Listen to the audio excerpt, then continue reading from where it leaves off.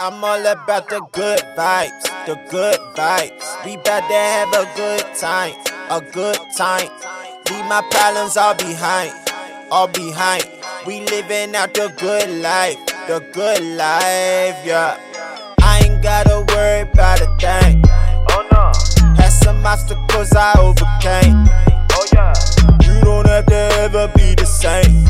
Oh Lord. Cause when we change the mind, we change the game. Coming through clutch. Coming through clutch. Coming through clutch. Yo. What's going on, everybody? It's your boy, Kenny Clutch, with another episode on the Clutchvision podcast. Listen, ladies and gentlemen, I got a very special guest in the building today, all the way from is it Alberta, Calgary, Canada, or is it Calgary, Alberta? Yeah, so they got provinces up here instead of states. So it's Calgary, Alberta. Yes, Calgary, sir. Alberta, Canada. I got my man, bodybuilder, model, father, husband, the man himself, Mr. A.J. Ellison. What's going on, bro? What's good, man? That's an amazing intro. Hopefully I can live up to it. Originally from the U.S., though. Yeah, originally from California, Modesto, which is like the armpit of California. But, that's where I was born. Bounced around. My father was in the military. I don't talk too much about him, but we'll get into that later. Yeah. But I grew up as a military brat. My mom's Japanese. I'm Malaysian, Blackanese, whatever you want to call me. Yeah. Lived in multiple places, man. California, North Carolina, Columbus, Ohio, where my father's from, Okinawa, Japan. So we lived in Japan where my mother's from. And somehow my father got sent to Leavenworth, Kansas. Now, Leavenworth, that name may ring a bell because you'll see it in a lot of movies, man. They got the penitentiary up there. Yeah. Pelican Bay. Yeah, Pelican Bay. Yeah. So My man Denzel. I sent y'all to Pelican Bay. Yeah. So Leavenworth gets some notoriety for that big federal penitentiary, but there's also a military army fort based up there. Got you. My father used to work, and my mom still works there to this very day. Yeah. But yes, that's how we got to Kansas out of all places. Then I went to school. I went to University of Tulsa, ran track at the University of Tulsa in Oklahoma, and then qualified for Olympic trials back in 2000, which is like many moons ago. And wound up in Houston, Texas for about 7.5 years after I quit the track and field thing, started working corporate. Did some pharmaceutical sales, like some legit pharmaceutical sales where I paid tax. Yeah. Not that other stuff. Yeah, not the pharmaceuticals. And did that for a while. Did some recruiting and realized that peddling anything, either people or products, just wasn't my thing. So I went back to school for a more technical degree, went back for electronics engineering, ended up getting a job with Hewlett-Packard and building servers, worked for them for a couple of years, and packed up, went back home to Kansas City area, and I was working for Sprint for the last for 5 years as a test engineer there before I decided to get into this bodybuilding and realized that I didn't want to work for the man no more. Right. I out and do my own thing.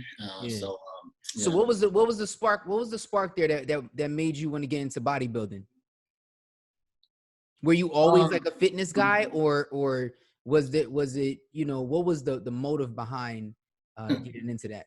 It's a wild story, man. I didn't get a chance to get into this when we were all chatting it up with Tweet and Jason. But so I got into bodybuilding after I dug myself out of a hole. Or I kind of used bodybuilding to dig myself out of a hole. Okay, this is one of those times where, it's a story that a lot of people just don't know. But I'm comfortable telling it now. I wasn't before because I just felt like a piece of trash, man. Right. So so before the bodybuilding and in between the track and field and the bodybuilding, while I was working corporate, I got into jiu-jitsu, sport jiu-jitsu, MMA, and I started doing that. I did that for a decade. Right. I had a nasty tricep tear back in 2010, and I used. I didn't do anything with 2010. I tore it like right before the Super Bowl. I remember all the commercials, all the hype coming up for the Super Bowl. So I tore it like in February, maybe 2010. Wow. Nasty little tail. You can hear it rip. I'm like, it wasn't my shirt. It wasn't my gi. Nothing was ripped, but you can sound like a t-shirt tear. And then I felt this hotness come from my armpit all the way down into my elbow and just got real hot. I'm like, man. I looked at it. You could see it started swelling up already. By the next day, it was black and blue from my armpit all the way down to my wrist. So luckily, it didn't come all the way off the bone. It was a pretty gnarly tear, so it set me out for quite some time. And it was one of those things that helped me realize my patterns, Mm. right? And I touched on this last time. And the pattern is when things are going great, I'm stellar, right? I'm Right. up here. Right. I'm phenomenal. Right. Right. But you take my legs out from underneath me and I fall, and I have to take a knee. I get something happens, you get dropped down to one knee. And instead of sitting in the pocket and weathering the storm, knowing that's not going to last forever and you're going to come out on top, you just fall. I would just fall apart. Wow. Right? The stresses would just bring me down. Wow. Right. So you start doing things counterproductive, like drinking and hanging out with your boys or whatever, overly doing it to the excess. Right. You're just trying to pacify your issues. Your issues. And the issues are still there. You Right. just compounds, you create more issues. So I started drinking heavily, hanging out with my boys, doing this, messing around, got a DUI. That was like 2009. No, sorry, 2010. Yeah, it was just after, 2010, just right after the tricep tear, 2010 that happened. And when that happened, it was like an aha moment where I was like, man, this isn't me. I was embarrassed about it. It was ridiculous. It shouldn't have happened. Yeah. But it did. It was a learning experience. It only has to happen once, at least for me. Right. So that was a learning. So it wasn't just a learning experience for that particular experience, but it was also made me look back at my previous, just my past life. I've always been like that. Luckily, I've had a lot of good in my life. Right. Not too many bad things in my life, but every time something traumatic or something big would happen, I would just fall apart like that. So it was a maturing thing for me, right? To mature and to be able to step outside and look at my life and assess it from the outside. Like, why does this happen? Because it's easy, and I think a lot of people do it. It's easy to fall apart. Right. Absolutely. Fall apart. Yeah, for sure. It's a common thing, right? And you have to check yourself when it happens. When it happens, you have to recognize what's going on. Right. Okay, this is a crappy situation. I didn't ask for this. It sucked. Right. But it is what it is. Now what? Right. Only ask questions that's only going to sort out the issues. Because now what? We could talk about what it could have, should all day long, but that's not going to change the situation. Right. It is what it is. Right. But now what? What? Are you going to fall down again? Are you going to fall apart again? Again, bro? No. So it's just an exercise to keep yourself on point by sticking to your rituals. Your rituals and your routines will keep you set. It keeps you grounded. Yeah. And of course, your belief system, your support system, all that keeps you grounded. Sometimes it's not enough, right? So the rituals is very important, right? Rituals are so important. And to communicate with your support system what's going on. If they don't know, they can't support you. Absolutely. Right? So an example, I always revert back to fitness because this is the way of my platform, how I use to communicate to other people.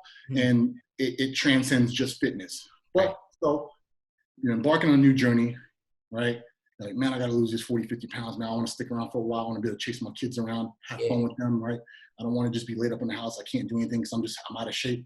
Right. So people don't like talking about that. So wait, you were overweight? No, this is just a scenario that I'm creating. Right?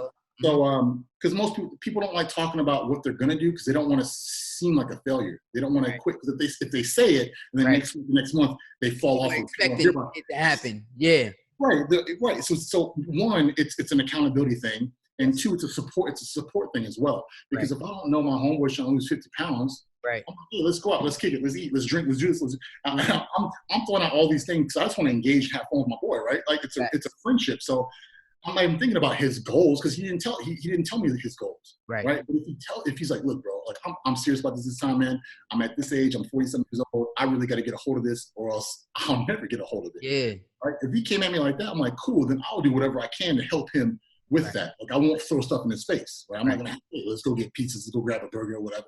I'll stop all that. But a lot of people like to sabotage and they won't. So you'll know right then and there who is your friend, true friend, and who is your foe. Right. If you put it out there like that, right? So it's not about being vulnerable or it's not about like, I don't know whether I'll succeed or not. F all that, man. Right. Be a man, right? And be by your word. Put it out there. Yeah. One, you put out to the universe so you can get it back.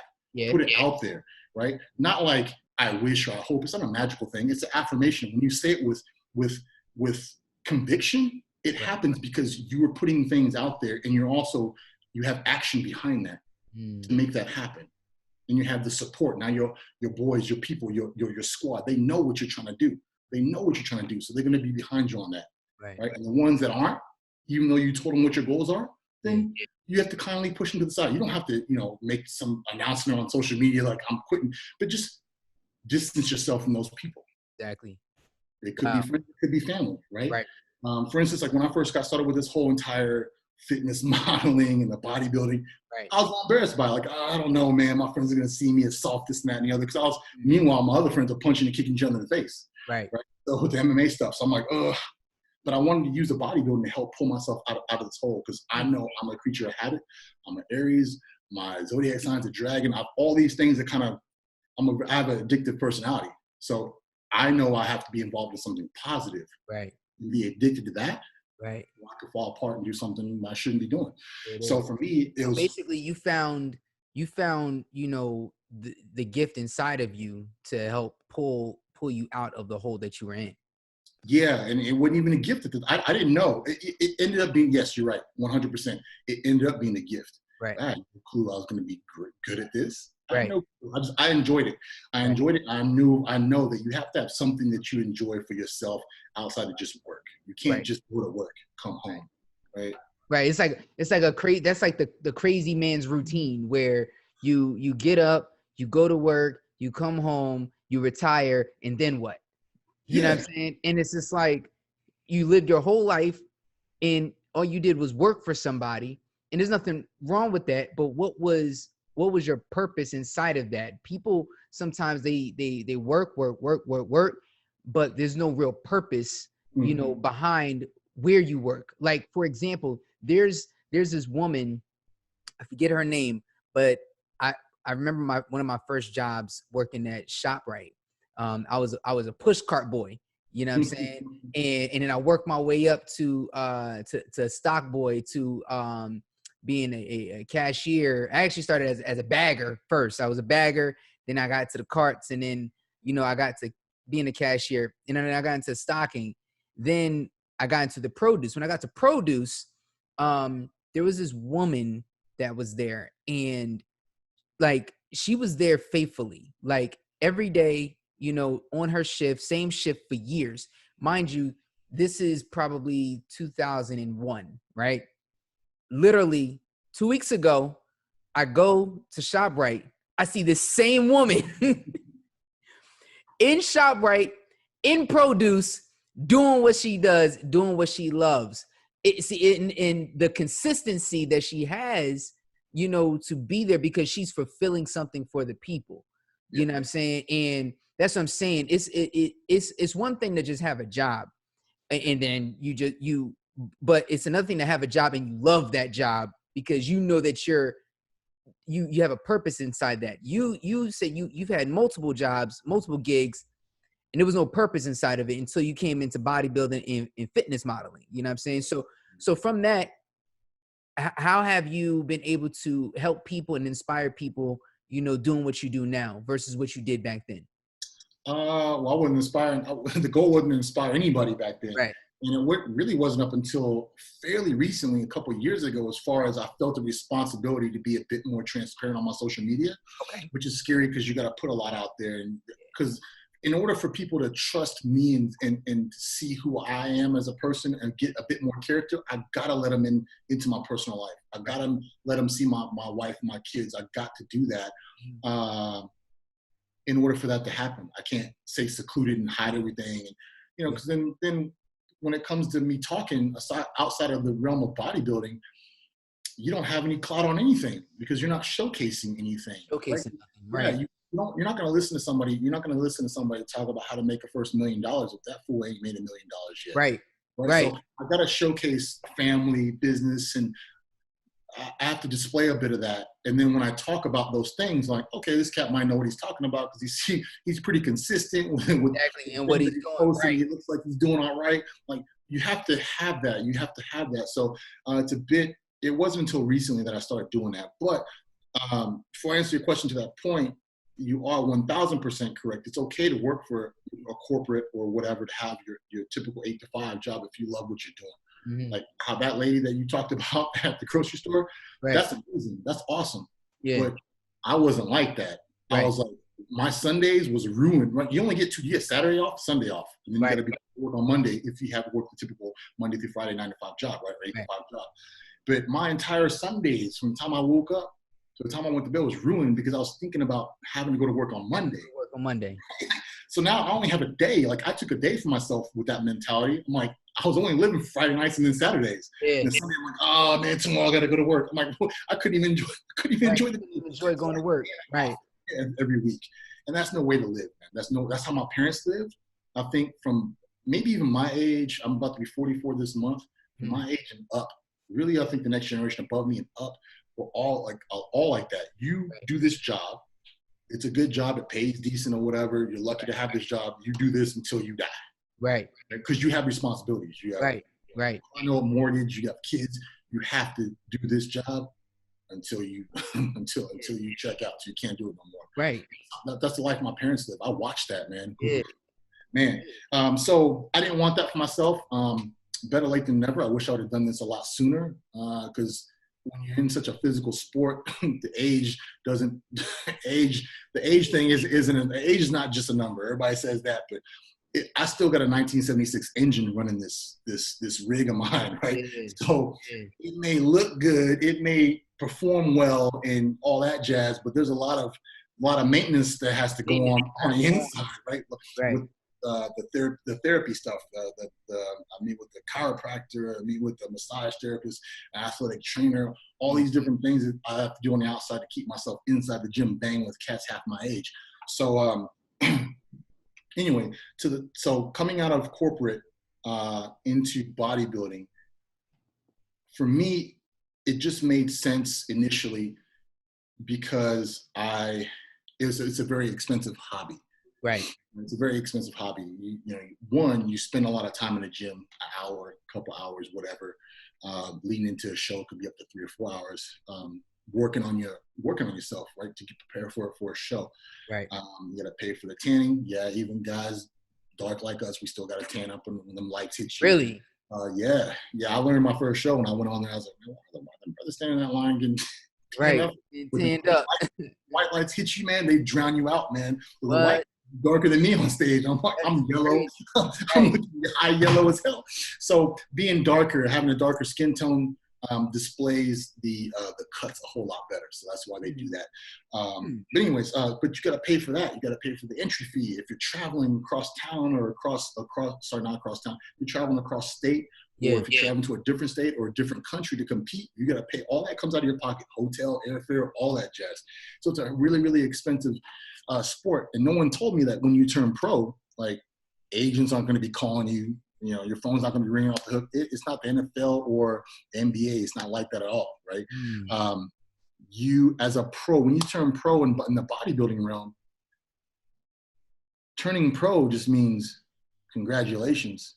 You look good and you're able to compete with these upper echelon, with the cream of the crop, right? That's it, really. Like I've never once bought a meal or paid a mortgage or a car note with my pro card. What I have paid those things off is with the businesses surrounding the fitness, right? So that's you got to be your own. I am my own. As you are, you have to be your own. You are your product. You are your own brand. Right. So, but no one told me all this. This is something that you learn as you go along. So I wasn't trying to motivate or inspire or anything. I'm just trying to figure this out, right? Figure it out, right. I liked it. I did quite well on my the second show. I won my pro card in my second show. I got dirtied up in my first show because I just didn't know what was going on. So between the first show and the second show was about 3 months. 3 months to take it back to the lab like Rocky Balboa, learn a lot more about nutrition, learn a lot more about changing the physique with nutrition and everything else. Which I didn't have initially. I just showed up because I thought it was like a hot body contest. Right. I'm good. Like I was always fairly lean growing up. So I'm like, I'm cool right here. And then when I showed up, I'm like, golly, man, now I know what's up. These guys are for real. Like there's science behind this. Right? So it was a crappy feeling, right? To know that you lost before the competition even started, because everybody is down there shedding off. You're like, damn. Worst feeling in the world. I know exactly how you feel, because for me, when it came to dance, it was like, yo, you think you got it, you think you tight, you think you all of that or whatever. I remember our very first real dance battle in a club, Club Shampoo. This is back in, like, you know, I'm from Jersey or whatever, so we used to hop over the bridge to Philly, go into the club, and me and my boys, you like, yeah, yo, we about to go get it, we about to go tear it and bring the house down, all of that, right? We get in there, you know what I mean, music hitting, DJ got the music banging and everything. This is like 2003, and we go into the circle, and then it's another group that was there, you know what I'm saying, just sniffing like lions, like waiting for somebody to like touch the circle. Man, they destroyed us so bad, yo. I was like, oh, snap. So we actually got to go and practice some more. You know what I'm saying? So the next time we get there, we lost again, you know, but it was a little bit better than what we did the first time. And then we just kept going back, and we kept going back, and we kept going back until, you know, it took us a while to get it and understand the game.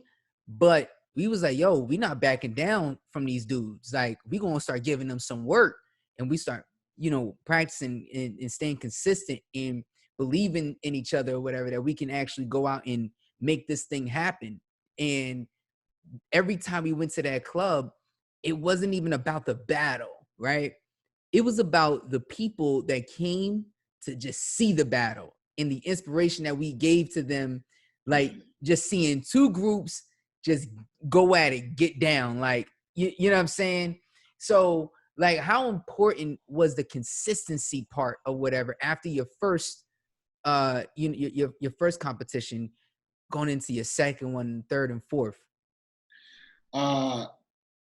Consistency is everything.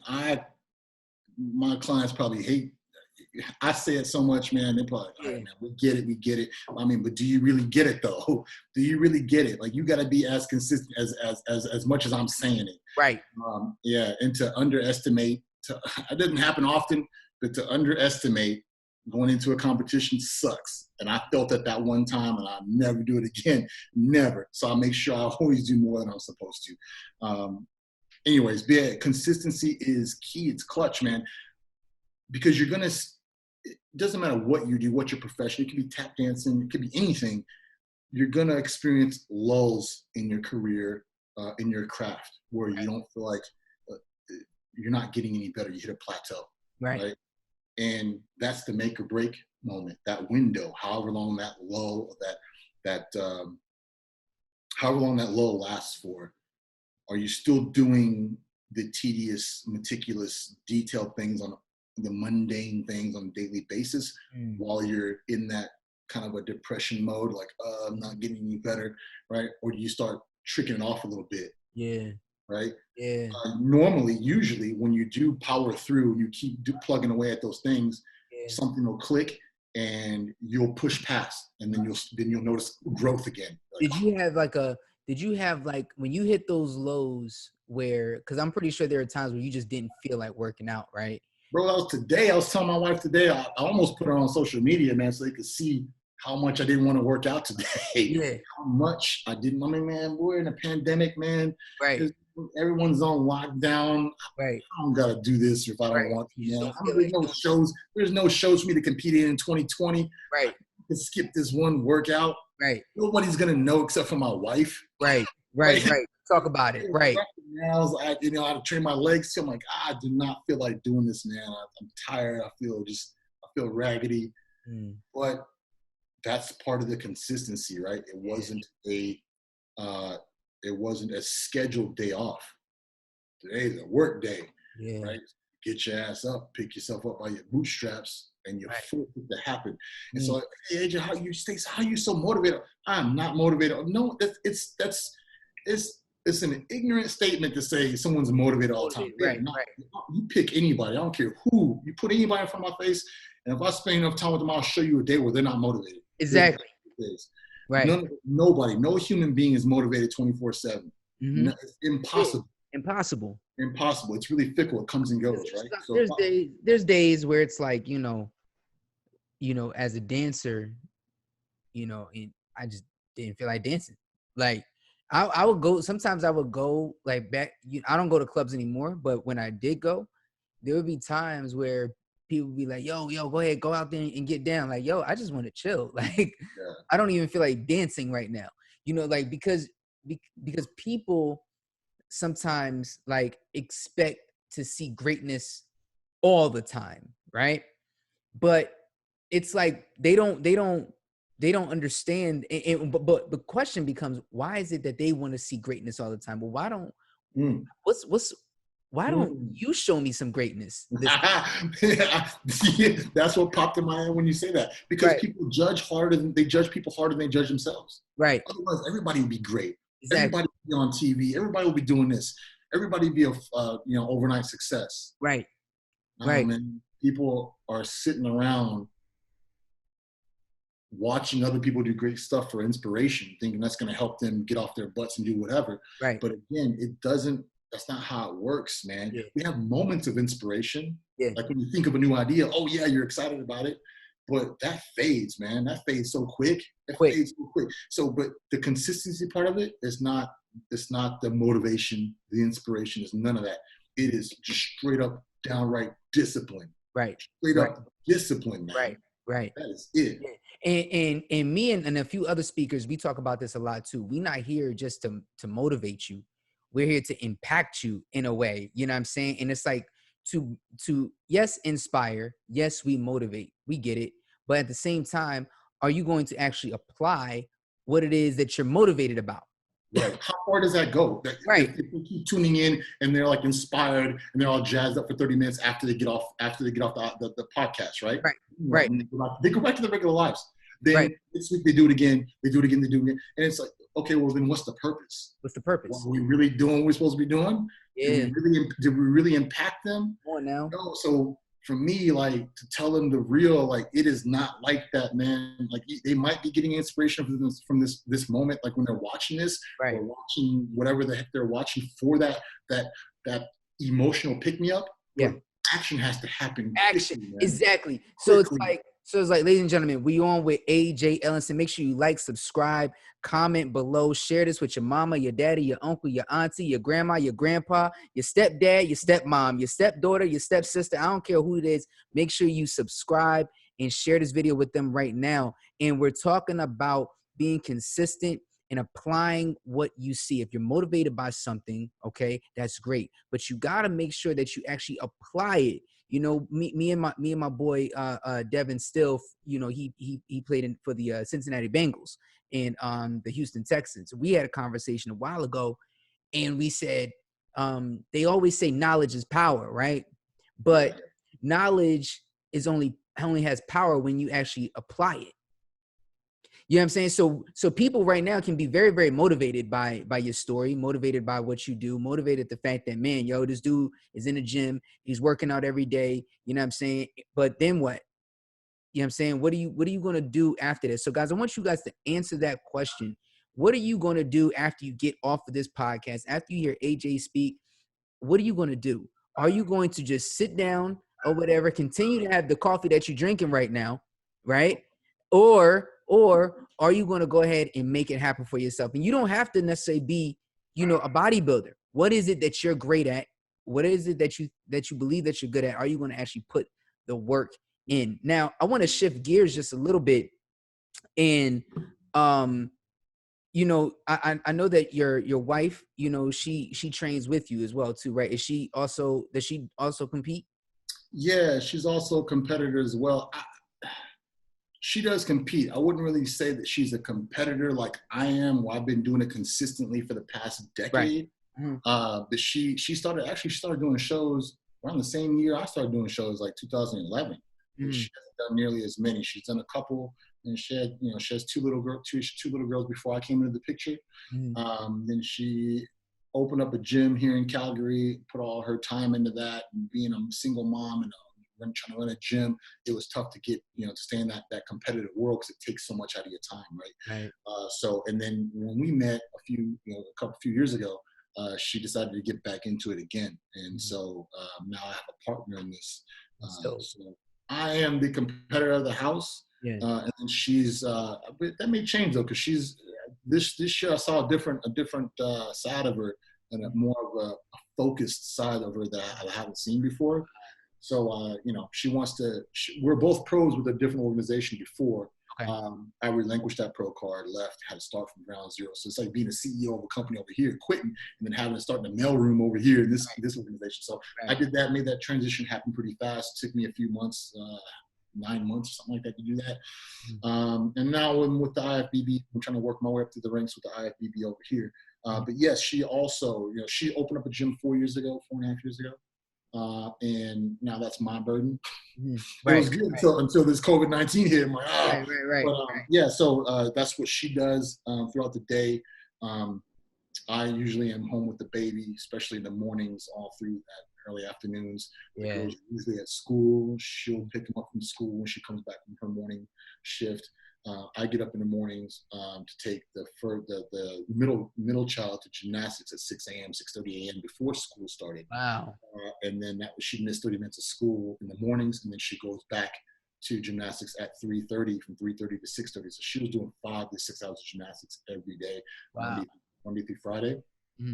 That's her schedule. The oldest one does soccer, so she usually comes home from school, gets something to eat, do some schoolwork or whatever, and then she has to go off to soccer, and I got to take her to soccer. So in the afternoon, evening times, I'm just an Uber driver. I'm an unpaid Uber driver. Yeah.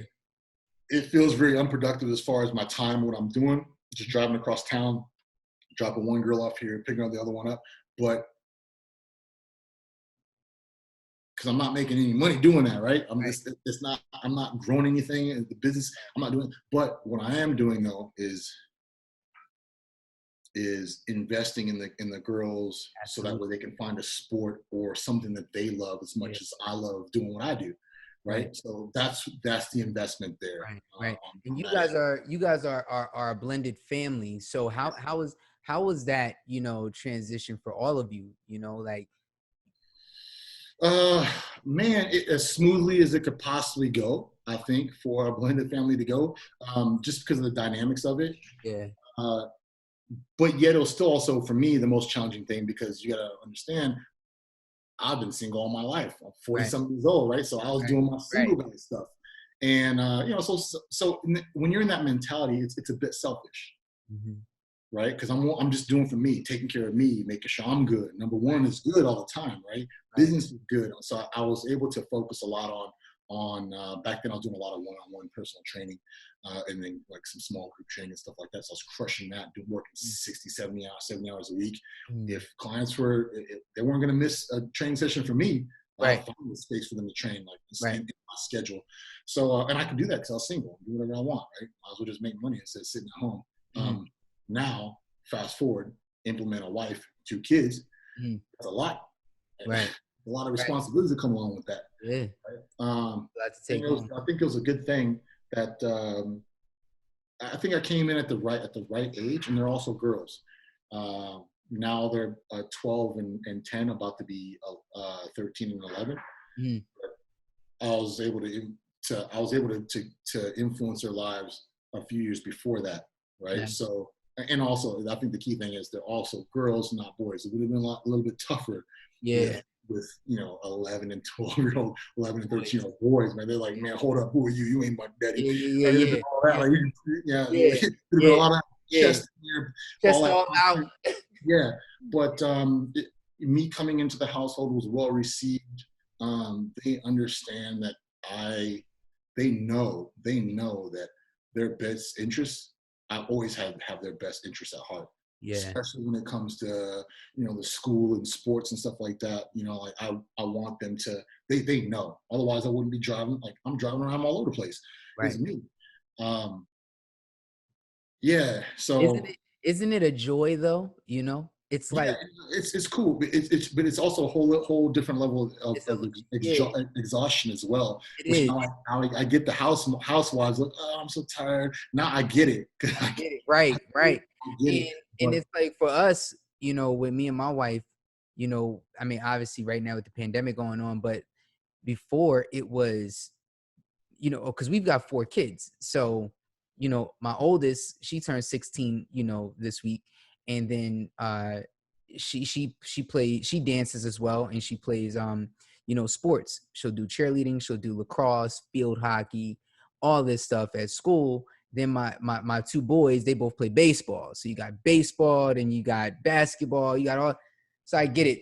The running around, going all over the place, you know what I'm saying? And then of course we have Christian, you know, who's special needs. So it's like so much attention, you know what I'm saying, that's focused on the kids. And you're right. You're investing into them, because later on in life, you're gonna get the ROI on that. You know what I'm saying? 100. Yes, 100%. And that's what keeps pushing me, right? And Right. still, but I can't let up on what's going on over here either. Right? I can't Right. let up on business. I can't let up on the bodybuilding career also. Right. Because all that puts food, you know, either directly or indirectly puts food on my plate, food on our plate. You know, Yeah. so it's just extra, man. I thought I was running at a pretty high level before when I was single, staying busy, but I leveled up again and found a new Yeah. version of hard or a new version of tired. Right. Because when I found out we were pregnant with Courage, it was kind of a surprise to me. I was like, "What? Is that a magic?" I'll tell you what happened. It might be too much information. But Yeah. I was in Kansas City. She was here, and Yeah. was on FaceTime just like this. And she told me that she was lactating. I was like, "What? Is that a magic trick? Did you put milk somewhere before?" I'm like, I know you BSing, right? Right. Like, oh man, I was like, do it again. Right. I was like, oh my god, because I've heard of skiers before, like but this was like the real deal. I'm like, damn, I've never seen that before. I was like, I guess we're having a baby. Right. Yeah, it was like mind blowing, man. So that's Wow. one of the expedite things, and not be back. I was flying back and forth, and every month it's coming back up here, and she's flying down there. Mm-hmm. It was a lot. It was a lot of going back and forth. Yeah. And then when that happened, it was like, okay, well, I'm the one that's mobile. I can pick up and uproot and go there. Long term, we want to be stateside, somewhere warm all year long for sure. Right. But initially, right, it was in the family's best interest for me to be up there as fast as possible. Absolutely. So, yeah. So that basically was biologically your first son. Yes. Wow. Yes. Yeah, and boy, was I praying for a boy too, because yeah. 2 girls already. 2 girls already. Yeah, you need a partner in crime. Yeah, but we had a couple complications and a couple scares. She was bleeding like crazy on Christmas Eve. So we woke up Christmas morning. The kids were at Grandma and Grandpa's house. We couldn't go to Christmas. We went straight to the emergency room. We didn't know. I thought we lost the baby, man. She was bleeding like it was wild. I've never seen my life, so I was scared. We were just praying and putting out good vibes, and we get there and they couldn't explain it. So it could have been a ruptured vessel, blood vessel, this, that, and the other. I'm like, we'll take that. Baby's good, heart rate's good, blood, all that was good. So I'm like, at that point, I was like, I don't care what it is, just deliver him to us. Yeah, that's it. To us, that's it. Right. Whatever. So I stopped wishing for a boy, this, that, and the other. I started realizing what was more important, and that's just get that joker here, whatever. Yeah. Get him, and that's it. Yeah. So it was just showing some gratitude for the things that we have, and not like always. I think we get a bad tendency to always wish and hope for things we don't have. Yeah. Even when we have something, right. We're comfortable, right? Right. Comfortable. We still want more. There's still greed. Give me. What can I do to get more? Right. Just sitting back like that. Your perspective on things, right? Exactly. So every now and then, I think God, like he'll put something out there and hit you over the head and be like, hey, calm down. Yeah, calm down. Right. Then right. So what you got.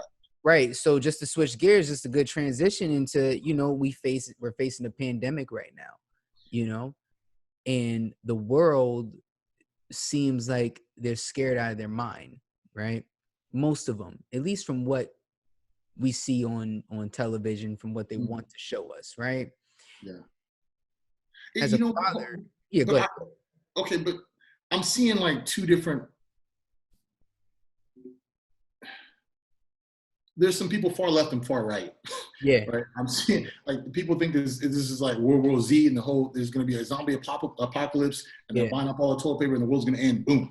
Then there's other people thinking it's not so bad. It's only old people that have died from this, and they're still observing the quarantine by driving to their friend's house across town or their family's house across town who has 2 or 3 other people in their houses. Don't know who the heck they're seeing all week. You got that, right? And that over there, that's the most dangerous because that's what's going to keep us in this holding pattern for a lot longer because they're doing silly stuff over there. Right. So I'm somewhere in the middle, even getting into some conspiracy theories, which I'm not a conspiracy theory person, but there's some strong evidence out there that this was just some fool was eating bats in China and some in some small town obscure because they've been eating bats for centuries, man. And now we got this patent. They put out a patent on COVID-19 back in 2006. It's crazy. It ain't a surprise. It's not a secret. It's been around for a while. So that's kind of where I'm sitting at in the middle, but also observe. But I'm not taking it lightly. I'm in great health, great shape, but I'm observing this. Like if I catch it, I might be out. Right, I'm gonna be out. So we're staying home. We're not interacting with friends. Not in person, only on like FaceTime and shit. I see my single friends breaking down a little bit though. Right. It's not like a fear, right? It's more of a protection. You know what I'm saying? Which is a complete different thing. You know what I'm saying? Yeah. It's not like we're scared. Like, but what advice do you give to people, you know, that they're basically out of their mind? They're scared to death or whatever, you know what I'm saying? They absolutely may have lost their faith, right? You know, what do you say to people that are just thinking in that in from a negative standpoint? How do you help them turn their negatives into a positive based on life experience alone? Well, I'd like to ask those people if that's their mindset and that's what they've been doing over the past couple of weeks. How's that working out for you? Right. Have you made your situation any better? Mm. More than likely not. It's compounded and made it worse, right? Now it's digging into mental health kind of stuff. Right? So I would say, I actually made a post about this right before we jumped on the call. You can, and it's easier said than done. I don't want to sound cliche because you can only control what you can control. Right. And that's where the focus should be. And I know that's hard to do. So I'll give you something else besides just the cliche, you know, worry about what you can control. And everybody's like, yeah, we heard that. Been hearing that for years. You have to create your rituals in your routine again. So whatever happened before this pandemic, and you may not be able to do that, right? You have to create, and if that's your situation, you have to create new rituals, right? New routines, right? So gym goer can't go to the gym. Guess what? Now you got to go and buy gym equipment, buy some dumbbells or whatever, and make a home gym. You know, it doesn't have to be pretty. Right. Like anything weigh, as long as it weighs something, you can lift it. Right. So could get bands, home gym. So and that's it's a hot thing. Like you can't even, I can't even find dumbbells to buy right now because everybody's buying home. They're buying stuff for their homes. They want to stay fit. So you may not be able to create the exact same routine that you had before this, depending on your schedule, your work, your hobbies, whatever. But you have to create some form of a ritual again. Yeah. It lowers anxiety. Proven. This is not just AJ just talking. This is proven stuff. Facts. It'll lessen and lower your anxiety levels. Yeah. Right. And it'll keep you busy, keep you in a positive mind state, keep you active. We can't just be sitting, man. It does not do any good for that up there. To sit and worry about 10,000 different scenarios that's never going to happen. Right.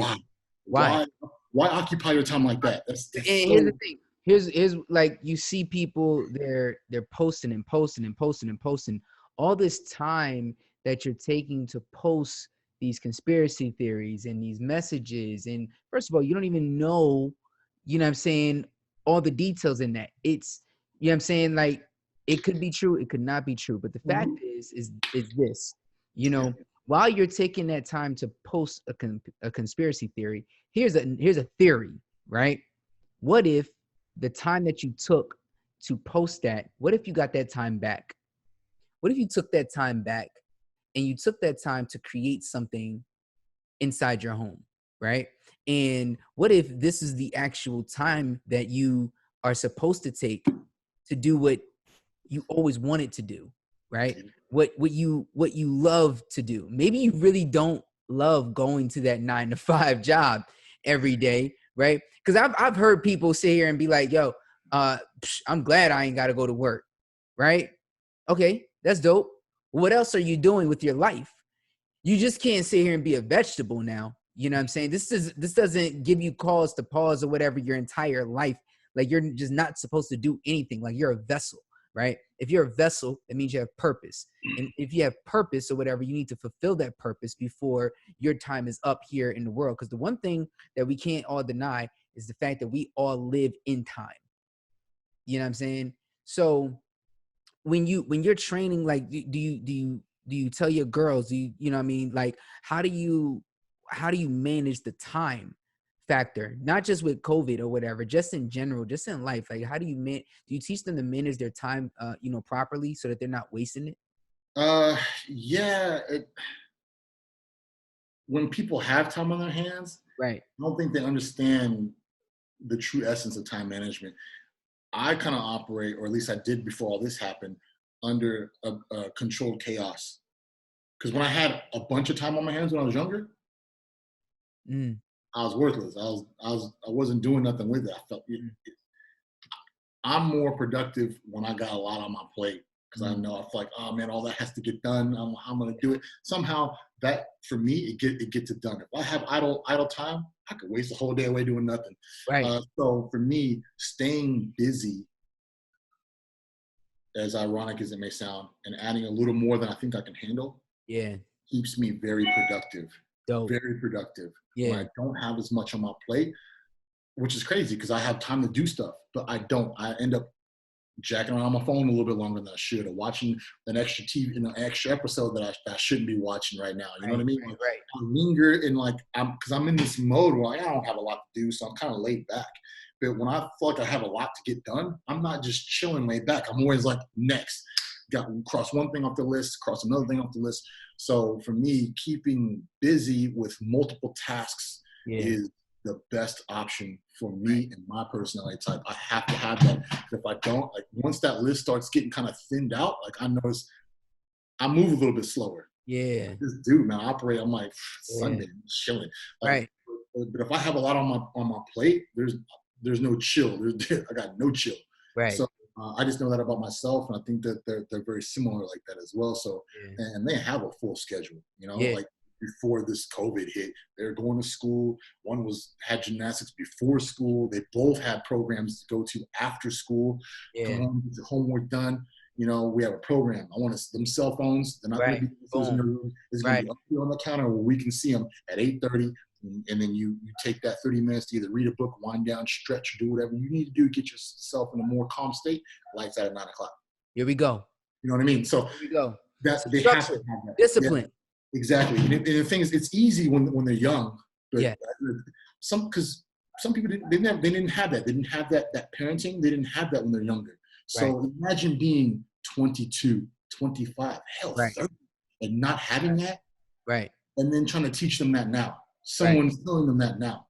They're like, man, it's almost impossible to grasp at the age of 30 when you've just been flying by the seat of your pants all your entire life. Yeah. Right? Because I noticed there's a difference even because I came into their lives and we implemented that together, but it was kind of my idea because I grew up in a military household with a Japanese mother. Same. You ain't sitting around wasting time. Nah, not happening. Same. Not happening. So when we implemented this, there was a bit of a pushback. Like, whoa, right? What are you doing? No, but the structure, and now, so it takes you get a bit of a pushback, but eventually they'll fall into the routine as well. It takes discipline on our end to continue to enforce it. That's what parents don't. They'll say something, no, stop, don't, and then they won't enforce that. Yeah, it just falls off.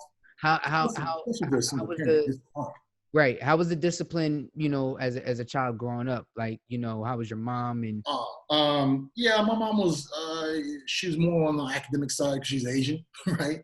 And of course, they don't take no lip and no talk back either. So, it's quick to get a hand. If you're out of line, if you step out of line, it takes 0.25 milliseconds to realize I just stepped out of line. Right. It's that quick. Right. But and that's that. I think that's a minority thing, really. Yeah. Yeah. An old school thing. But my father he crossed the line habitually. He was more on the abusive side of things. Like he brought his work home. He was a prison guard. He was a military police for a while. He was a prison guard in the military. Then this fool retires. And what does he go do? Same damn job, prison guard for the federal penitentiary, dealing with those kind of people. And he's around that all day long, 40, 50 hours a week. Yeah. And he brings that home, right? Yeah. Beating up on my mom. She's 5'1", 105 pounds tops. You know what I mean? You're getting slung around, her eye, black, your eardrum busted open. A lot of that, some of that trickled down to me on some of those days where he felt like that he had to. She wasn't enough of a punching bag, so I had to go ahead and take a few of those licks too. So it was crazy, man, to grow up in that. Like I don't miss my childhood whatsoever. I just don't. I don't. And I think I'm looking at how I handle situations now and how I live life now. I see that I'm a bit more hardened than the average person.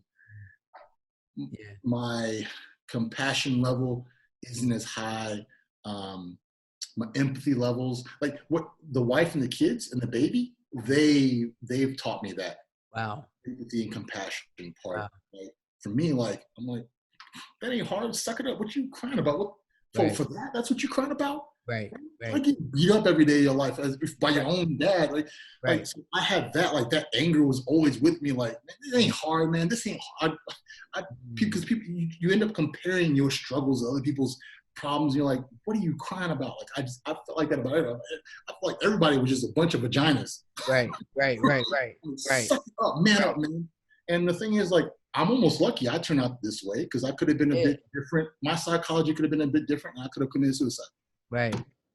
So I mean, the only reason why I talk about that because my wife, she had a cousin that passed away that way. He committed suicide. She also had a best friend that committed suicide as well. Wow. So, and my father tried to commit suicide years after I left the house. Wow. So him, all that abuse, that was him trying to handle his demons instead of talking about it, which he should have talked about it. And we could have done something for that. Now he's in a nursing home, half brain dead because he drank antifreeze. Wow. He was home for 6-7 months. But the stubborn guy woke up out of it, came back from the dead. Right. That's what bitter, mean people do. They don't come back. He showed a moment of mental weakness doing what he did, but he came back from the dead, and now he's living his purgatory. This is his hell on earth, suffering some nerve damage. A little bit of brain damage as well. His right hand is kind of clawed up like this because he suffered a stroke while he was in a coma for 7 months or so. So, yeah, man, I could have ended up messed up, So if I'm just a little jaded and hard. Do you speak to him now or? No, I don't talk to the guy at all. Yeah, but I I'm a little jaded. I'm a little rough around the edges, but it could have been way worse for me. But I feel like this helped me get through a lot of things in life because I feel like nothing now, this COVID-19, it ain't compared to what I went through as a kid. This ain't nothing. I got to sit down and be in the house. It's a little comfortable. I don't like being told what to do. I got to stay in the house. But if this is the extent of what I got to do to do my part, you know what I mean? Then so be it. If I got to be in this house for another couple more months, it is what it is. We do. But the kids give me compassion. The kids and the baby, they give me empathy, and I see that everyone has a different level of what hard is, and I have to understand that. Right? Everyone's not going to be like just intense, insane, balls to the wall. It's just not going to be like that, right? So. You have to have that. Did your experience with your childhood, like help you be like, you know what, this is what I don't want to be? 1000%. I don't want to be him. Yeah. I don't want to be him. Right. And that's probably why I chose the jiu-jitsu and MMA, and chose these sports where I can get out my aggression, like slinging around heavy ass weights or getting punched, getting hit, whatever, and punching, kicking somebody else in the face. Right. But it was controlled. It was all controlled aggression for sport. And I think that's how I dealt with it. That was my therapy for that. Otherwise, I'd just be fighting people in the street. Right. Just because of all that anger. At least I found a way to get that out in a constructive way. It was awesome way. It kept me in great shape. It was also self-defense. Do you suggest that to any other male or female that has been in your situation? Or finding something that is going to help them have a controlled aggression to get that out so that they don't take that into. Yes. And I hope that they don't continue on that path and to start handing out ass whoopings to other people just because they've acquired these new skill sets. What I hope happens is that they learn to channel their anger, because it is a martial art. Learn to channel your emotions, control your emotions. And by you getting better at this, it should be empowering you, right? It's a very empowering feeling. When I first walked into this jiu-jitsu studio, I was into lifting weights then. I was probably about 195, 200 or whatever, 200 pounds. And I hit that, I was stagnant. I hit that low and I was like, I want to do something else, man. This lifting weights, it wasn't cutting it for me because there wasn't a competitive aspect. I was just lifting weights just to lift weights. I wasn't competing in bodybuilding back then. So when I walked into the studio, I did like a free 1 hour session with this guy. He's about 165 pounds. His name was High Win from Houston, Texas. Elite BJJ is a studio. And he twisted me up like a pretzel for an hour. I was like, I fell in love, man. I was like, I got to know how to do this, man. This is it. So when I quit lifting weights, I started doing more like circuit style training to get my body weight down. I was too heavy, too big. For me, I'm about 5'11". So, and I already knew when he was twisting me up, I was like, I got to learn how to do this. I want to compete. This is what I want to do. But I knew how to get my weight down. So I dropped down to about 175 and I competed at 170 when I was good enough to compete. But I knew that day I signed up and I started going to the gym 3-4 hours a day, mat time, 2 times a day. Because anything, we call it mat time, right? The time that you're on that mat is where you learn however much. And you only progress through mat time. How much time you spend on that mat, how much time you spend on the dance floor, right? Exactly. Not necessarily the years, but the time, the hours you spend on the dance floor. And you can see your progress through there. And then probably when you progress the most is when you had more time to invest in your craft. So 2 to 4 hours a day. I went back to school. That's when I went back to school for electronics engineering. I was working at Hewlett Packard. I worked the second shift, like 3 to 11. I'd go to school from 8 to 3. 8 to 1. And then from 1 to 3, I'd go and I'd be in that jiu-jitsu mat, just rolling around. Going in. Yeah. Getting tossed around or me throwing somebody else around for 2 hours. And I'd be at work and I'm home by 11 to repeat the process. So, and then on the weekends, I had more time on the weekends. So I'd definitely spend 4 hours there for sure. I'd just be there all day. My girlfriend was like, how do you spend so much time? But that's how you get better. That's how you progress, right? It's the hours that you spend there. There's no tenure there, right? So you could be there training there for 5 years, but you only go 1 hour 3 times a week. But here this new cat he's brand new. He's going 2 hours a day. On the weekend, he's going 4 hours a day. How fast do you think I'm going to catch up to you and start choking you out? Exactly. Right. By next month, I was cutting necks and ripping people's arms apart. I'm like, going in, right? So what's my first competition? So that's it. It's the mat time. And I've had that mentality about everything. Same thing with track and field. I didn't start running until I was in 11th grade. It was actually for punishment. That's a funny story too. It was for punishment. They didn't think my grades were good enough, so they put me in cross country. Wow. Cross country, bro? Well, they just run. That's all they do is just run. Right. No ball, no nothing. They just no fuck, no good. Just running. Hours, man. Like, so they did that to me, right? I took that lemon. The wackest sport, but I respect it. Them young shorts going all the way up. Everything was a bunch of nerds, man. So when I show up the first day, everybody, this is AJ, this is everybody. And they've been training all summer long, but my parents have shipped me off to Columbus, Ohio. Wow. To my uncle's house. Again, this is all part of the learning process. He's going to make sure you get good grades, get a good job. So because my grades wasn't up to par, what my mom thought they should be, they shipped me off to Columbus, Ohio for the summer. I thought I was going to be parlaying all. I'm going to get away from my strict parents, my abusive dad. But my uncle was there waiting on the other end, right? He's ex-Navy. We worked jobs. He's an electrician. He had me up at every morning 6 a.m. All my whole summer was wasted away with that. Right. He flips houses, and he had 2 full-time jobs as an electrician, and then he mowed grass on the weekends. Wow. So I was, during the week, he put my butt on that roof because I was re-shingling the roof. Yeah. I was up there getting 15 shades blacker. And then on the weekends, I had to go home and push. He had the ride lawnmower, and I had to push the push lawnmower. The whole summer was like that. Came back with a good wad in my pocket. And then when I got home, I saw these Air Pegasus sitting on my bed. I'm like, what the heck is that? My parents, they don't just get me gifts. Like, my friends got that. Yeah. I never got that. It's my birthday or Christmas, and that's pretty much it. Just come around. So I'm like, what the heck is this?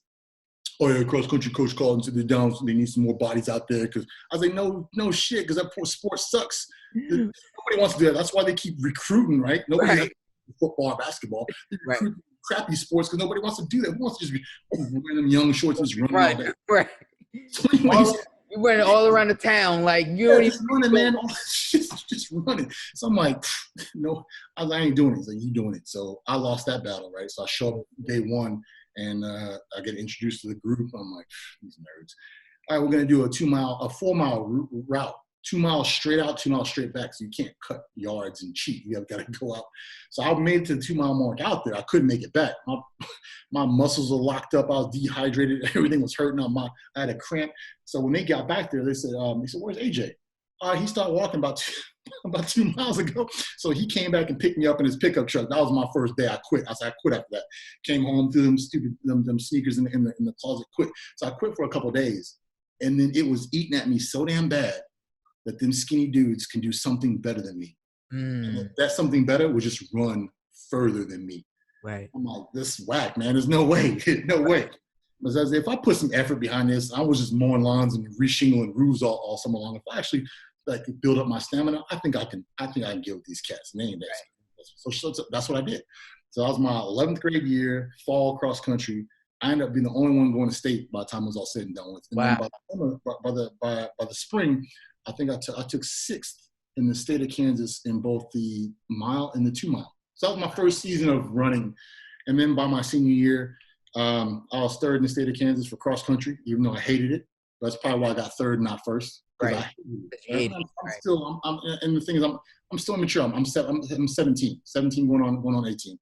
And then by the summertime, I had won the Kansas State mile around 4:15 for my second season running the mile, 4 minutes and 15 seconds. Wow. A couple national titles with AAU and USA track and field, and I got a 4-round scholarship for the University of Tulsa.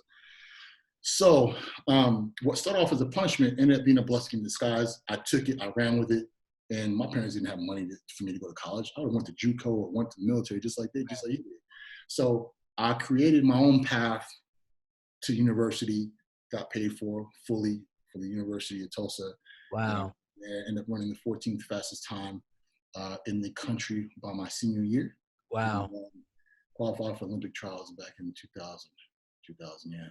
That's dope, yo. That's crazy.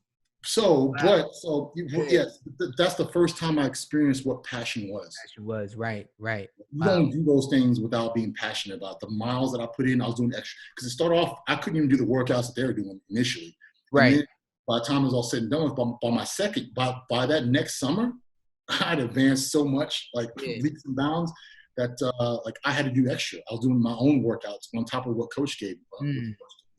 Yeah. Right? So it's above and beyond. Like, what makes people better or great or phenomenal is not doing just enough. It's doing all the all the mundane details that most people don't want to do.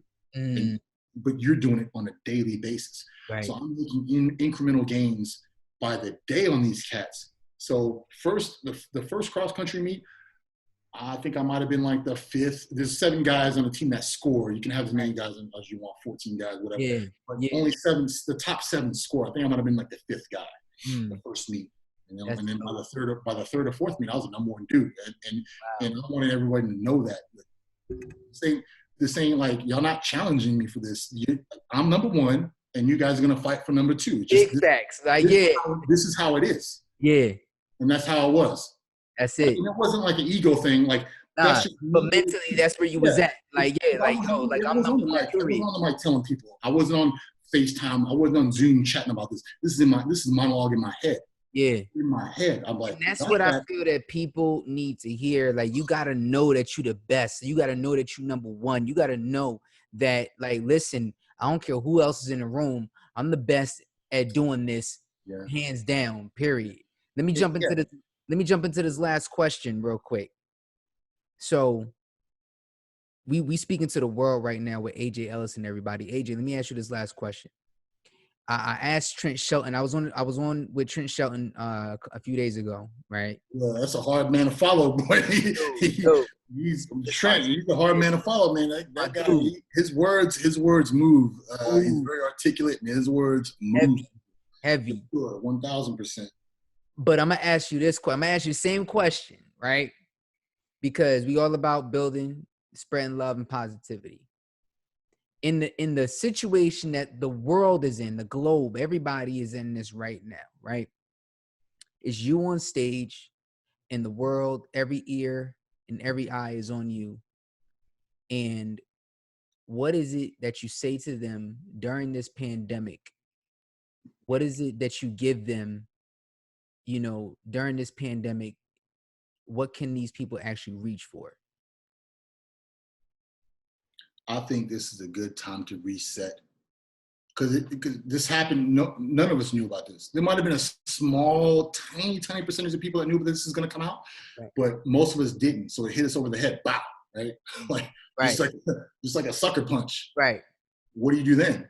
Do you get up and run away the other way? Yeah. What do you do? Do you go get security or go get the cops? What do you do? So you got sucker punched by this, just like we got sucker punched by this. Right.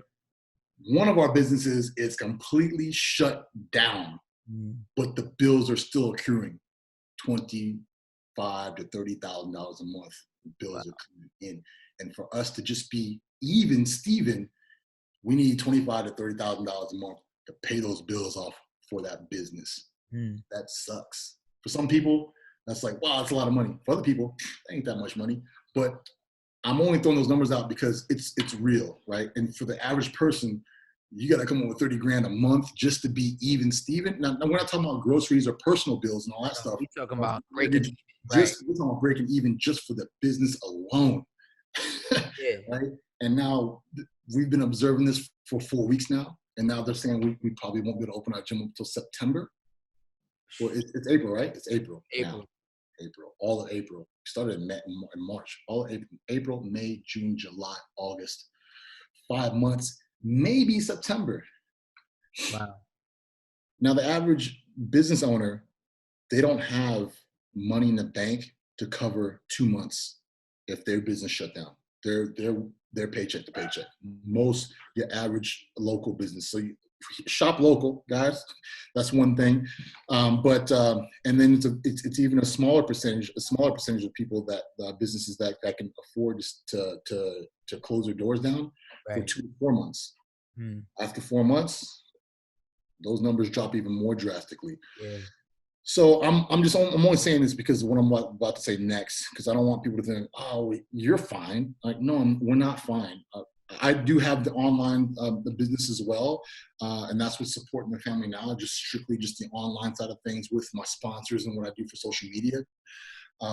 But that one side of the business is heavy on overhead costs. But again, this happened. It just happened. Yeah. So just sit here and be like, my wife was she was pretty tore up for the first week or so. I'd be like, hey, but I got tired of hearing it. I like, because it was starting to wear on me too. But I'm like, you're not saying nothing new, right? The words are constructed differently in different sentences, but the message is still the same for the entire week. I'm like, babe, we gotta stop this nonsense and change things up a little bit. And I understand the stresses. I get it. I know. I feel it too. I'm just not as vocal about it. But we can't keep going like this because we don't know how long this is going to go on. We'll be in a nut house by next month if we keep thinking like this. But what can we do at this point now, going forward? I don't like talking about the past too much unless it's to help to bring insight to what I'm about to say now. But moving forward, what are we going to do? What can we do, right? It's allowed us to be a bit more creative, right? Talk to a lawyer. We're going to write up some contracts and start renting stuff out of the gym. So because right now, like dumbbells and all, you almost can't find them anywhere, but we can rent. We can drop a contract and rent. We can rent stuff out. And then when the pandemic is lifted and we can open up our gym, they got to return the equipment again. So this is another way to generate some kind of revenue, right? You don't teach in school. You got to come up with it, right? So now we got to think, what are we going to do to survive and keep food on the table and keep growing, right? This is a perfect opportunity for that. It sucks. We're trying to do this, but it's going to help us evolve and be better business people, right? And then we're same thing with the kids. The kids are doing online stuff now. They have a couple of hours of online schooling. They get to invest some time into their craft. This is a presentation they just gave us right before I jumped on the call for you. The middle child, she wants to build a business. Okay. She's going to be selling all homemade stuff, handcrafted stuff, from combs to necklaces to keychains, all made out of resin. And they're gonna, right? So they're making a presentation for us because they want us to invest in this.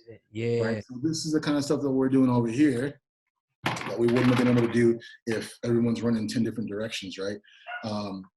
We can still create our rituals, and then also, if you're not happy with the life you were living before this COVID, this is a great chance to reset and reinvent yourself as well. That's where the focus should be. Did you like it? You didn't like your current job anyway. What are you crying about not going to that job anymore? Right. Hell, listen, some of my friends, they were crying about every single week, crying about their jobs. Now they're crying about not going to the jobs. Right. It's a financial issue, I get it, but you were crying before that on a regular basis. The job sucks. Now you ain't got your job. What you gonna do? Yeah, now they're crying about not having the job. So now what? Now what? You can start taking online classes, right? It didn't have to be this massive movement. Like people think you have to make this massive shift. No. Small steps, man. Small steps. Start researching, right? Online courses or whatever. Or just use this time to redo your resume. Yeah. Your CV. Get that together, right? Yeah. Refresh it. I know a lot. I haven't done mine in forever, but so you take this time to do some spring cleaning. For us, it's cleaning out the house, getting rid of a bunch of stuff we don't need, the clutter. We've painted the backsplash in our kitchen. We started renovating last year with the flooring and everything, but things kind of slowed down a little bit, so we got busy and we couldn't finish with the baseboards and those kind of things. So this is the time to do those things, right? To pick up all those little things that we let slide before because we're so dang busy. Right. But I think this is God's way of saying, man, the world needs to stop and sit down for a second. Sit down and reset. One, show some gratitude, appreciate what you do have, right? Let's slow this world down a bit because it's just going too fast. Yeah. Too fast. Yeah. And so let the world heal itself a little bit while we're suffering this pandemic. Yeah, the economy's taking a massive hit. It sucks, but it seems like the world's kind of healing itself. Give it a couple months to get. The world never gets a day off, right? So give it a day off. It's time for the world to rest.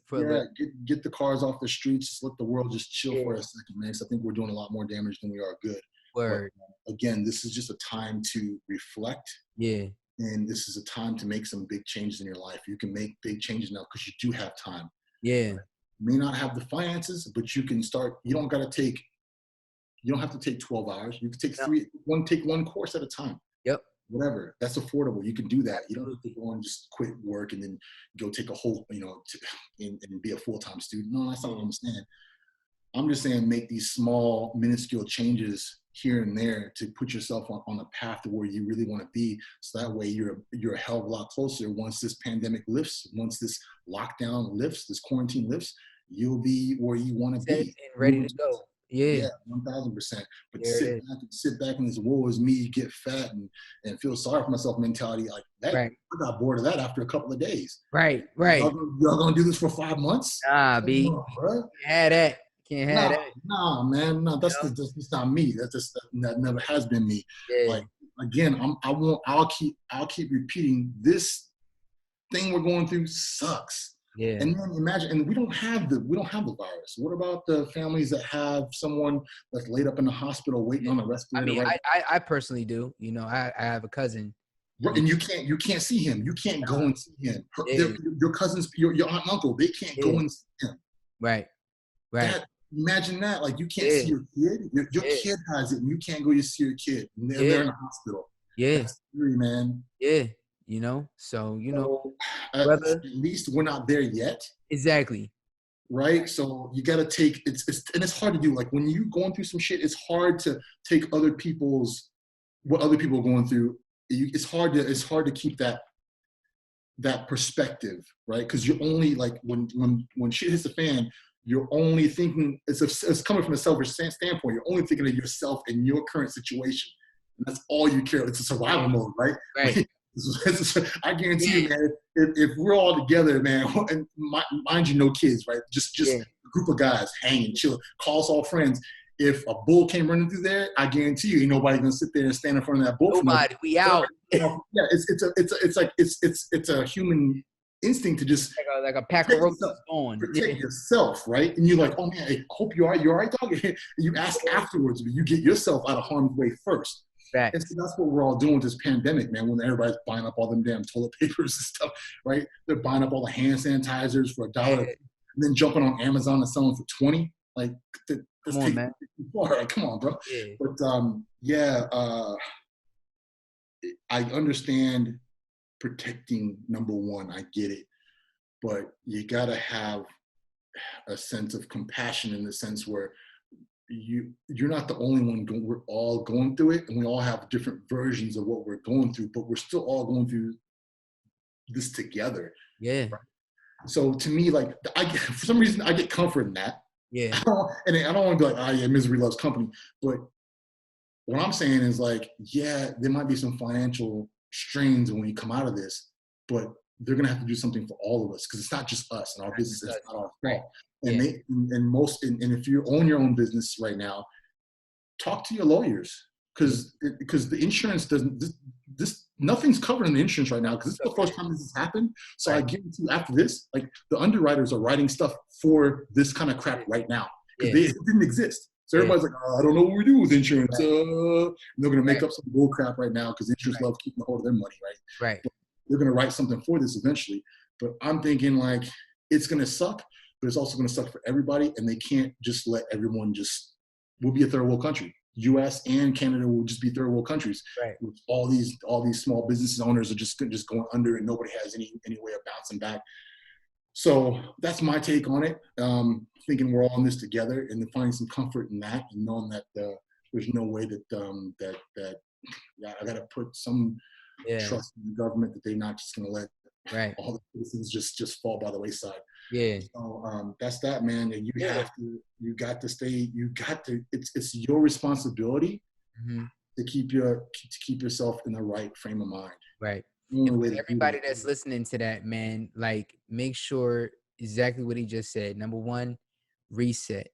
Number two, stay in the right state of mind. Don't go crazy. This is your opportunity, guys. This is what we've been talking about all, the whole podcast, man. Like, this is your opportunity to reset your mind. And it's like I say all the time, when we change the mind, we change the game, and when we do that, things will change. But you gotta apply it. You know what I'm saying? I pray that everybody has taken everything that you said, with not just a grain of salt, but like a pound of salt. You know what I'm saying? And because I believe, like, this conversation or whatever, we probably gonna have to do a part 2 on this, man, because this was, like, super, super refreshing. I think everybody, you put in everything. You put in the whole, you bought the whole grocery store on this joint. You know what I'm saying? I feel like I was all over the place a little bit, but it's all good. It's a lot to be said, man. Yeah. So at the end of the day, like, again, people are watching this and they're getting they're getting uplifted and inspired. But if that's where it ends, then this was just for pure entertainment purposes, and that was it. And if that's what you want it for, that's what they want it for. That's what they want to get out of it. Cool. But I think the majority of people really want some serious answers that can help them move forward. Yes. And it takes a great amount of energy. And that's where people fall off. They get inspired, and then the work part comes, and it's like, screw it. It takes a great amount of energy to go from idea to action and cultivating this and building your business or whatever you're building. Right. I just know because I'm last minute kind of guy. Like, I got into this. Wish I would have got into it earlier. But I know my fears when I first started going from corporate to being my own LLC, owning my own business. And it's scary because you think, oh man, well, where's my next paycheck going to come from? Right.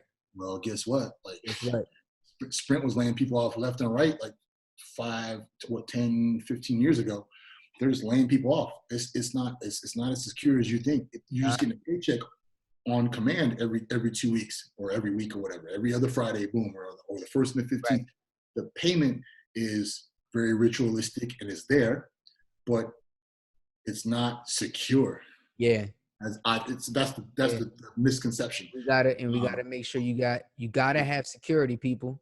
Exactly. And if I'd been in Sprint right now, I'd probably still be completely unemployed, right? So I'm glad I'm doing what I do because I'm still have income coming in. Yeah. It's just, we just have this other business that I wish we didn't have right now.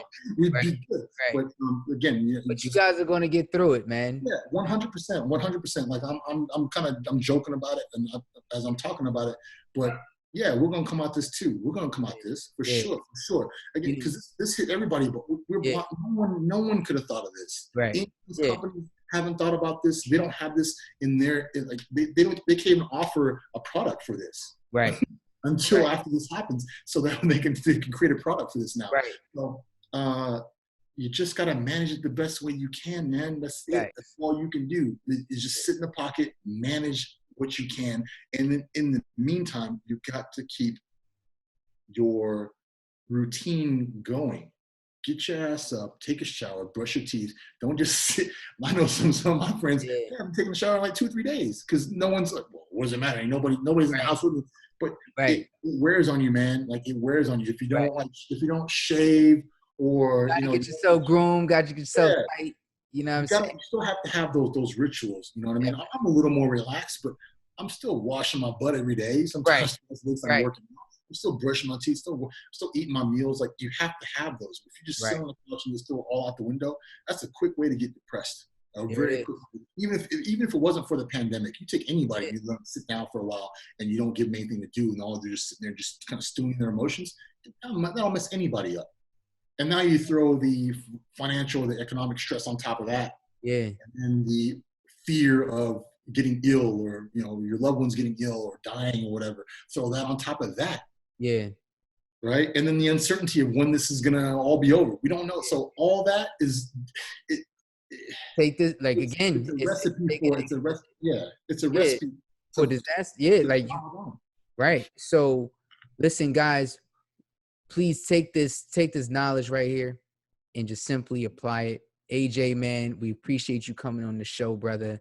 I had a blast with you, brother. We're gonna have to do this again, man. You know. Yeah, man. It can be recorded or not recorded. I'm in, man. You got me, bro. Most definitely. So everybody, make sure that you guys subscribe, like, comment, share this with a friend, a brother, your spouse, whoever. If you guys want, go ahead and donate at least $1 to to our podcast to continue to help us build this thing. AJ, where can the people find you at?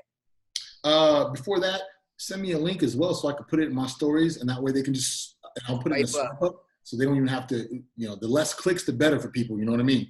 Exactly. So send me that over. I'm on Instagram more than anything else. It's just my name at AJ Ellison. It's AJELLISON. You can get out there, shoot me a DM. And can they get on your program? Like, can they jump online with you? Yeah. Once they jump on there and they start reading about me or whatever, and they feel comfortable with me, they go, 100%. They can sign up or they can shoot me a message. You click the email button. That way it goes straight to my email. The DMs are kind of hard for me to manage, but they can ask questions there, right? Ask questions, and then they can get on the program. I know with this COVID-19, like, people are at home, what can I do? But there's stuff you can do at home right? You don't have to just now to grow and be a bodybuilder at home with not a proper gym, you're more than likely not happening. Yeah. But to maintain what you have, or to get the body weight off, the body fat off, 100%, you can definitely do that. You can maintain your muscle mass, and you can get rid of body fat and still stay on top of your goals throughout this mess. There it is. And I think that'll help give a bit of clarity as well. Keeping yourself busy, doing something for your health, your physical health, also good for your mental health, and just weather the storm until we come out, guys. We're still gonna have a summer. It's just not gonna be the same. Right. My man, appreciate you coming on the show. Everybody, please make sure you like, subscribe, comment below. This will be on every social media platform and every podcast platform. Once again, till the next time, remember, when we change the mind, we change the game. It's your boy, Kenny Clutch. I'm all about the good vibes, the good vibes. We about to have a good time, a good time. Leave my problems all behind.